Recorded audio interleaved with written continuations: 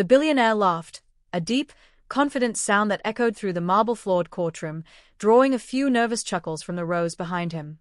To him, this was nothing more than another inconvenience squeezed between a board meeting and a private jet departure. He straightened his tailored suit, glanced at his gold watch, and shook his head slowly, as if genuinely amused.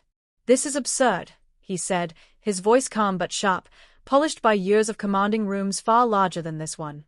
"People invent stories every day when they see money." Across the room, she stood silently. She didn't look like someone chasing wealth. No designer clothes, no dramatic gestures. Just a simple dress, tired eyes, and a posture that suggested she had rehearsed this moment 1,000 times in her head, and still wasn't ready. Her fingers tightened around the strap of her worn handbag as the laughter faded. "I didn't come here for money," she said quietly. Her voice wasn't weak, but it carried a tremor that came from holding back far too much for far too long. "I came here because the truth doesn't disappear just because it's inconvenient." The billionaire raised an eyebrow, unimpressed. He had heard stronger speeches from interns begging to keep their jobs. To him, truth was flexible. Numbers bent. People bent. The world bent, if you were rich enough. The judge cleared his throat, bringing order back into the room. The air felt heavier now, charged with curiosity and disbelief. Reporters leaned forward. Cameras adjusted focus. This wasn't just a legal case anymore, it was a spectacle. "Proceed," the judge said. The lawyer representing the woman stepped forward, a thin folder in his hands. He didn't look triumphant. If anything, he looked cautious, as if he knew the weight of what he was about to reveal. "Before this court," the lawyer began, "my client endured years of silence, ridicule, and threats. She asked for nothing, until circumstances left her no choice." The billionaire scoffed softly and leaned back, crossing his arms. His mind wandered briefly to the dinner he might miss if this dragged on. Somewhere deep inside, he felt untouchable. He always had. The lawyer turned toward the judge. "We requested an independent DNA test. Not funded by either party. Conducted under court supervision." At the mention of DNA, a faint ripple moved through the courtroom. The billionaire's smile tightened, but it didn't disappear. Science, he believed, was just another tool, one that usually worked in his favor. The judge nodded. "Is the report ready?" "Yes, Your Honor." A court officer stepped forward and handed over a sealed envelope. For a moment, no one spoke. The silence stretched, thick and uncomfortable, as if the room itself was holding its breath. The billionaire exhaled through his nose, amused. He whispered to his lawyer, "Let's get this over with."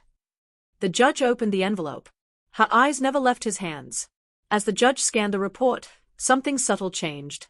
His expression, neutral moments ago, hardened, not with anger, but with gravity. He looked up, directly at the billionaire.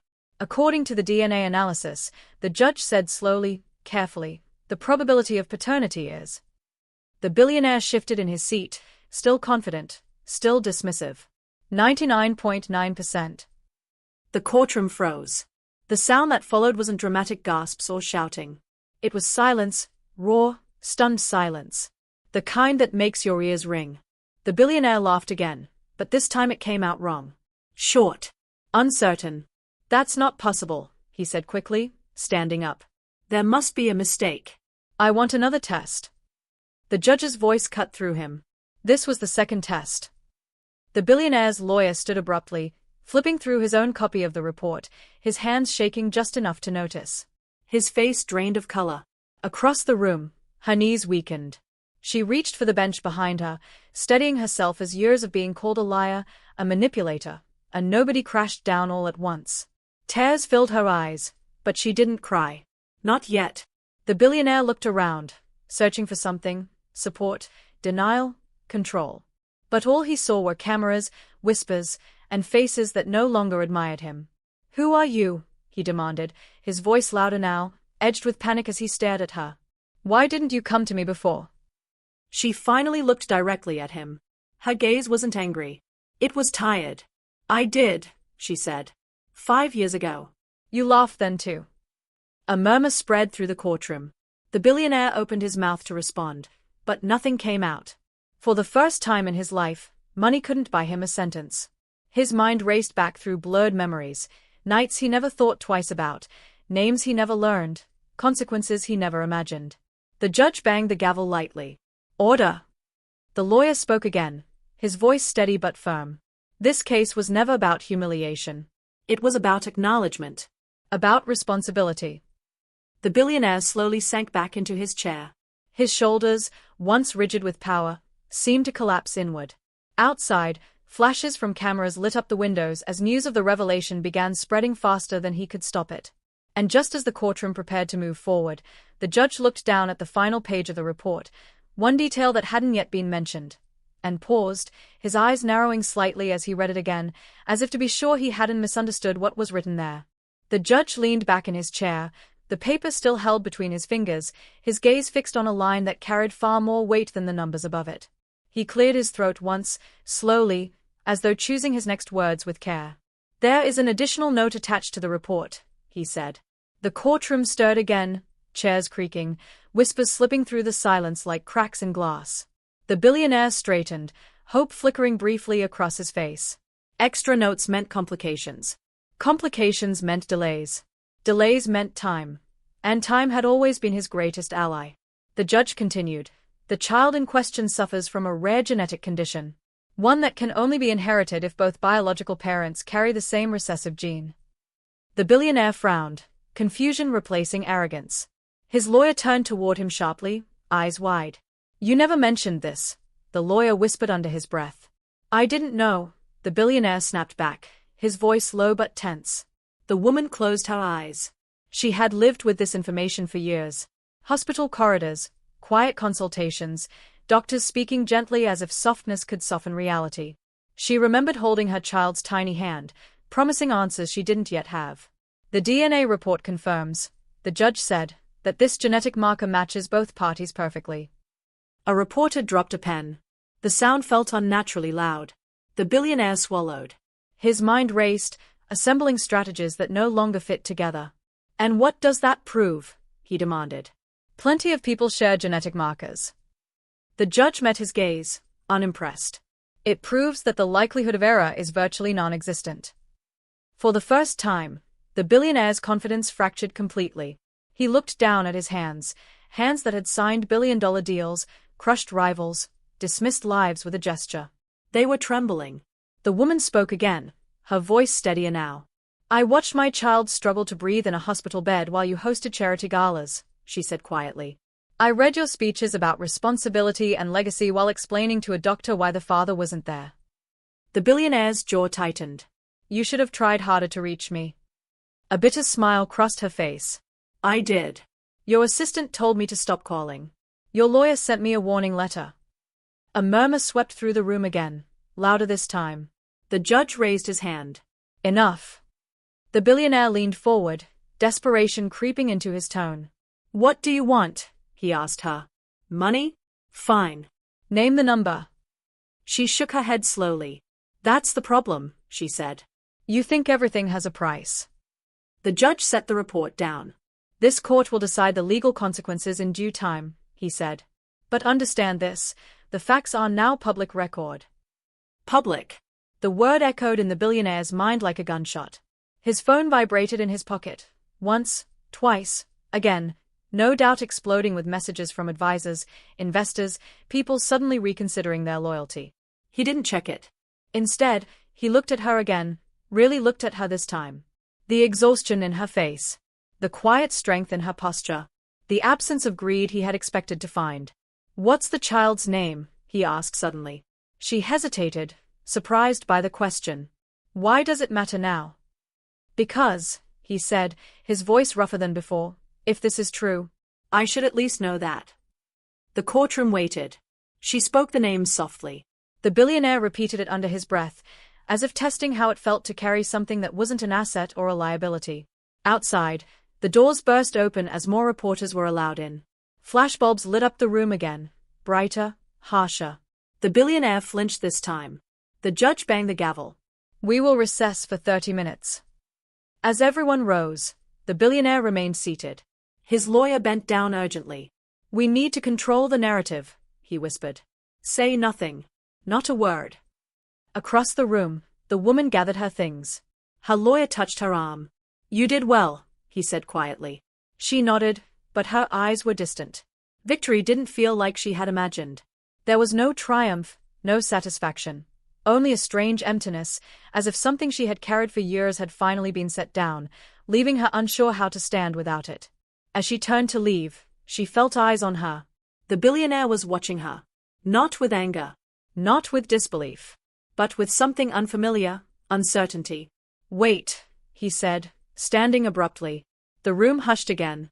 She stopped but didn't turn around. "I don't remember you," he admitted. "And that's what frightens me." She faced him slowly. "It frightened me too," she replied. "For a long time." He took a step toward her, then stopped, as if unsure of the rules in this new world where his name no longer opened every door. "I can't change the past," he said. "But I can." She raised her hand, stopping him. "This isn't about fixing your image," she said.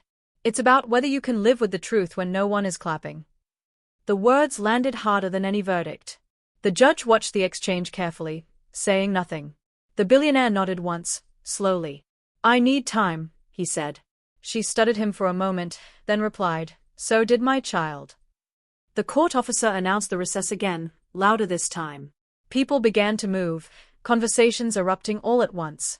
The billionaire stood alone amid the chaos, suddenly smaller, just another man in an expensive suit surrounded by consequences he could no longer outrun. As the woman stepped out into the hallway, the noise of the courtroom faded behind her. She leaned briefly against the wall, inhaling deeply. Her phone buzzed with a message she had been waiting for all morning. She opened it, her expression shifting instantly as she read the words, her grip tightening as a new realization formed, one that threatened to complicate everything that had just been revealed. She stared at the message for several seconds, the hallway noise dissolving into a distant hum. Her lawyer was still speaking to someone nearby, unaware that the ground beneath this case had just shifted again. The message was from the hospital. Short. Clinical. Terrifying in its calmness. The kind of message doctors send when they don't want to alarm you, but know they already have. She closed her eyes and exhaled slowly, pressing her forehead against the cool wall. Of all days, it had to be today. Inside the courtroom, the billionaire finally checked his phone. The screen was flooded, missed calls, alerts, headlines forming in real time. His name trended in places he had paid millions to control. Investors were asking questions. Board members were demanding emergency meetings. His public relations team was already drafting statements he hadn't approved. For the first time, he didn't feel in control of his own story. He stood near the window, staring out at the city he had helped shape, wondering how something so small, so human, had managed to crack a life built like a fortress. His lawyer approached again, more cautious now. "You need to leave through the private exit," the lawyer said. "The press is multiplying." The billionaire nodded absently. His mind was elsewhere. On a name he had just learned. On a child he had never seen. On a woman who hadn't asked for money, only acknowledgement. When the recess ended, the judge returned, his expression unreadable. The room filled again, heavier than before. Everyone sensed that what followed would matter far beyond this case. The woman re-entered slowly, her composure intact despite the storm inside her. She sat, hands folded tightly, her thoughts torn between the courtroom and a hospital room miles away. Her lawyer leaned toward her, whispering, but she barely heard him. The judge cleared his throat. "Before we proceed," he said, "there is a procedural matter." The billionaire looked up, alert again. "Given the public interest and the evidence presented," the judge continued, "this court will order immediate temporary arrangements regarding parental responsibility, pending further hearings." A ripple of shock ran through the room. The billionaire's lawyer stood. "Your Honor, with respect." The judge raised a hand. "This is not a final ruling. It is a precaution." The billionaire's heart thudded. Responsibility. The word felt heavier than any financial liability he had ever faced. He had spent his life delegating, outsourcing, insulating himself from consequences. This was different. This had a face. The woman finally spoke. "My child doesn't need temporary arrangements," she said calmly. "They need stability." The judge nodded slowly. "Which is exactly why this court will proceed carefully." Carefully. Another unfamiliar concept for the billionaire. As the legal discussion continued, his gaze drifted back to her. He noticed details he hadn't before. The faint dark circles beneath her eyes, the way she sat as if always prepared to stand at a moment's notice. He wondered how many nights she had spent awake, calculating hospital bills instead of stock portfolios. At one point, their eyes met again. This time, he didn't look away. When the session adjourned once more, the tension didn't release, it tightened. Outside, the press surged forward. Microphones hovered. Questions flew like arrows. Is it true? Do you accept the DNA results? What about the child's condition? The billionaire paused at the doorway.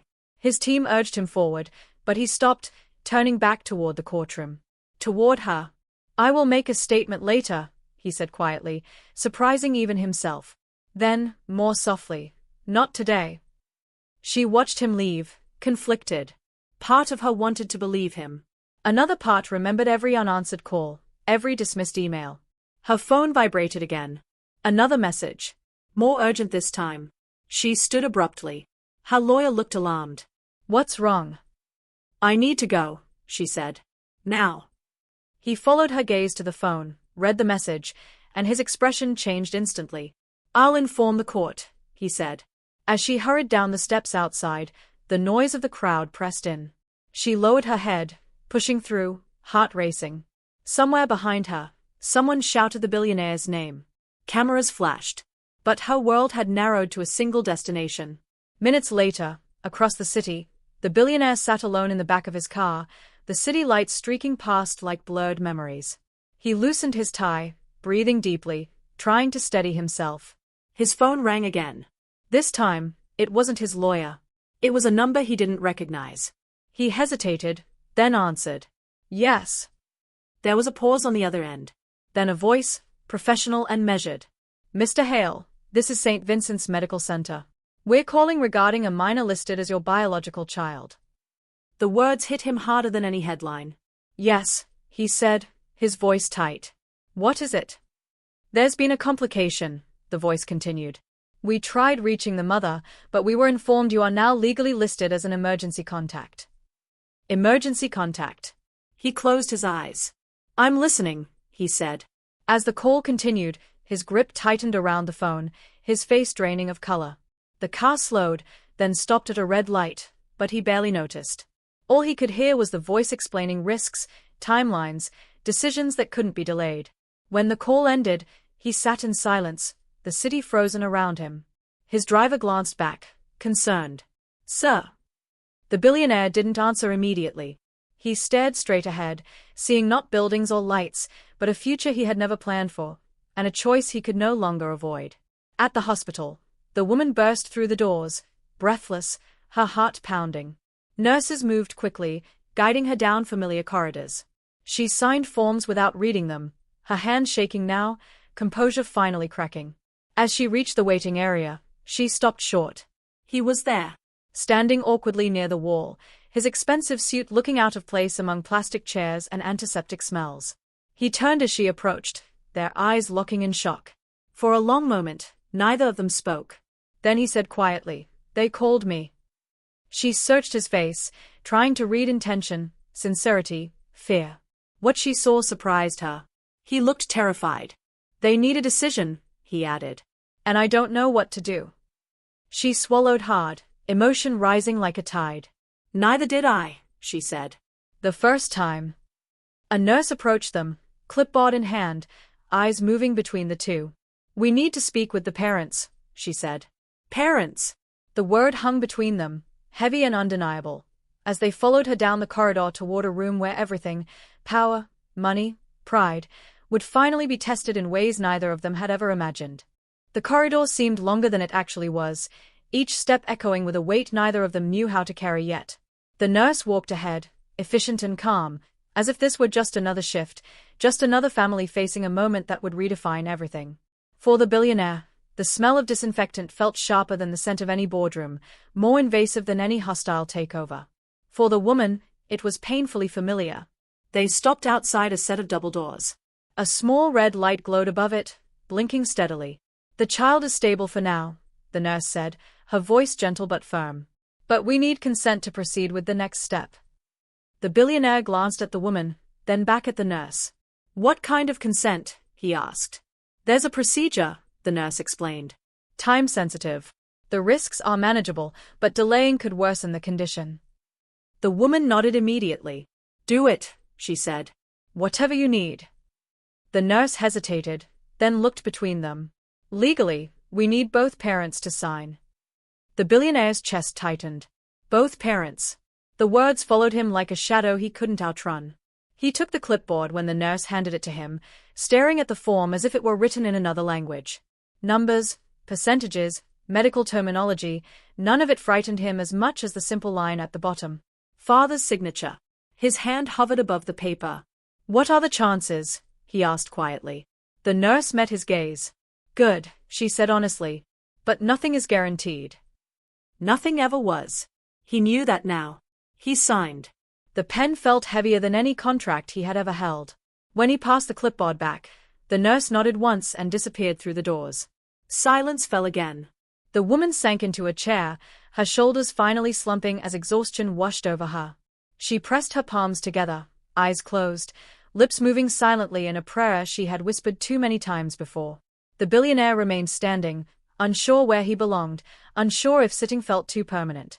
You didn't have to come, she said softly without opening her eyes. Yes, I did, he replied. The answer surprised them both. Minutes passed. Then more. The blinking light above the door continued its steady rhythm, indifferent to fear or hope. Around them, other families murmured, cried, waited. For the first time, the billionaire felt invisible. Stripped of status. Just another man hoping for good news. I never planned to be this person, he said suddenly. She opened her eyes. No one does. He ran a hand through his hair, frustration edging his voice. I built my life on control. On knowing outcomes before I made decisions. This, he gestured helplessly toward the doors, this doesn't care who I am. She studied him carefully. Now you understand, she said. This has been my world for years. He nodded slowly, absorbing that truth. Why didn't you fight harder? He asked, not accusingly, but genuinely confused. You could have forced this sooner. Her gaze drifted to the floor. Because I didn't want my child to grow up as a headline, she said. Or a negotiation. The words stung because they were true. He had turned lives into leverage his entire career. I don't know how to do this, he admitted. I don't know how to be what's needed. She looked back at him, something softening in her expression. Neither did I, she said. You learn because you have to. The doors opened. The nurse stepped out, followed by a doctor. Their faces were serious, but not grim. Hope flickered cautiously. The procedure has begun, the doctor said. It's early, but we're optimistic. The woman exhaled shakily, tears spilling over at last. The billionaire felt his own throat tighten, an unfamiliar pressure building behind his eyes. He turned away, embarrassed by the weakness, but she noticed anyway. Hours blurred together. Coffee cups appeared and disappeared. Phones buzzed and were ignored. Somewhere along the way, the billionaire sat down beside her, close enough that their shoulders almost touched. Neither moved away. He asked questions, quiet ones. About medication schedules. About sleepless nights. About what scared her most. She answered honestly, without anger, without softness either. Just truth. I'm afraid of failing, she said at one point. Of making the wrong choice. He nodded. I always thought failure was losing money, he said. Now I know it's losing time. Another door opened. This time, the doctor smiled. The sound the woman made wasn't quite a cry, not quite a laugh. It was relief breaking through fear. She stood quickly, gripping the arm of the chair to steady herself. The procedure was successful, the doctor said. There will be a long road ahead, but this was an important step. The billionaire felt his knees weaken. He sat back down hard, breathing deeply, overwhelmed by a sense of gratitude he didn't know where to place. Can we see them? The woman asked. In a few minutes, the doctor replied. Briefly. As the doctor left, the billionaire turned to her. Thank you, he said quietly. For what? For letting me be here. She considered him for a moment. This isn't about permission, she said. It's about showing up. When they were finally allowed into the room, the billionaire froze at the doorway. The child lay small and fragile against crisp white sheets, monitors humming softly. He took one hesitant step forward, then another. She's stronger than she looks, the woman said gently. He swallowed. So are you. She didn't reply. He reached out, stopping just short of touching the child's hand. "Hello," he whispered, his voice breaking. I'm here." In that moment, nothing else existed. Not wealth. Not reputation. Not the courtroom or the headlines waiting outside. Just a tiny heartbeat, steady and defiant, and a future he could no longer pretend wasn't his. Behind them, unseen and unnoticed, a nurse paused at the doorway, watching the scene with quiet interest, then glanced down at the chart in her hands, at a note that hadn't yet been shared, one that hinted at a complication still unresolved, a decision still looming, and a truth that would soon demand far more than signatures and presence. The nurse hesitated only a moment before stepping forward, her expression careful, professional, but edged with concern. She cleared her throat softly, and both of them turned toward her at the same time, instinctively, as if already learning how to move together. "There's something we need to discuss," the nurse said. "Not urgent in the sense of minutes, but important." The room felt smaller suddenly. The billionaire glanced at the woman, then nodded. "Tell us." The nurse explained slowly, choosing her words with precision. The child's condition, though stabilized for now, would require long-term treatment. Not a single surgery, not a single check. Years of monitoring. Adjustments. Sacrifices. Decisions that could not be delegated or delayed. "This isn't something money alone can fix," the nurse concluded gently. The billionaire let out a quiet breath, one that sounded almost like a laugh but carried no humor. "That seems to be the lesson of today," he said. The woman watched him closely, waiting for deflection, for denial, for the familiar instinct to escape. Instead, he surprised her again. "What do you need?" he asked. Not the nurse. "Huh." She didn't answer immediately. She looked at her child, then back at him. "Consistency," she said. "Honesty. Presence. Not promises made in front of cameras." He nodded once, firmly. "Then that's what I'll give." The nurse left them alone again, the door closing softly behind her. In the quiet that followed, the billionaire sat down beside the woman, closer than before. He didn't reach for his phone. He didn't look at the monitors. He looked at the child. "I spent my life building an empire," he said quietly. "I thought legacy was something you engraved on buildings. Something people mentioned after your name." She listened without interrupting. "I was wrong," he continued. "Legacy is who waits for you when everything else is stripped away." Her eyes filled, but she kept her voice steady. "And what happens when it gets hard?" she asked. "When this stops being new, stops being dramatic." He met her gaze. "Then I stay," he said simply. "Because leaving is the only thing I know how to do, and I'm tired of that man." Days later, the story dominated every screen. Analysts debated. Commentators speculated. Some praised him for stepping forward. Others accused him of image repair. He read none of it. For the first time, public opinion felt distant, irrelevant. He cancelled meetings. Postponed deals. Walked through hospital corridors instead of glass towers. Learned medication names he couldn't pronounce. Learned patience in waiting rooms where no one cared who he was. One afternoon, as sunlight filtered softly through the window, the woman watched him rock the child gently, awkward at first, then more confidently. The sight unsettled something deep inside her, not fear this time, but hope. "You don't have to do this every day," she said quietly. "I can handle it." He looked up. "I know," he replied. "But I want to." She nodded, accepting that answer without trusting it completely. Trust, she knew, was built slowly, or not at all. Weeks turned into months. The courtroom faded into memory, replaced by routines and small victories. A good test result. A steady heartbeat. A laugh that came unexpectedly, fragile and perfect. One evening, as they sat together in the quiet of the hospital room, the woman spoke again. "Do you regret it?" she asked. The DNA test. The truth coming out. He didn't hesitate. "No," he said. "I regret laughing." She looked at him then, really looked at him, and saw a man reshaped not by shame, but by responsibility. When the child was finally discharged, the cameras waited outside, hungry for a moment. The billionaire stepped forward alone, raising a hand, not in arrogance, but restraint. "I won't be giving a statement today," he said calmly. "Some stories aren't meant for headlines." And with that, he turned back, walking away from the noise, toward the woman and the child waiting inside. Years later, when people spoke of him, they still mentioned his wealth, his influence, his empire. But those closest to him spoke of something else. They spoke of a man who learned, too late but not too late enough, that power means nothing without accountability. And sometimes, the truth doesn't just shock a room. Sometimes, it saves a life. Sometimes, it creates one.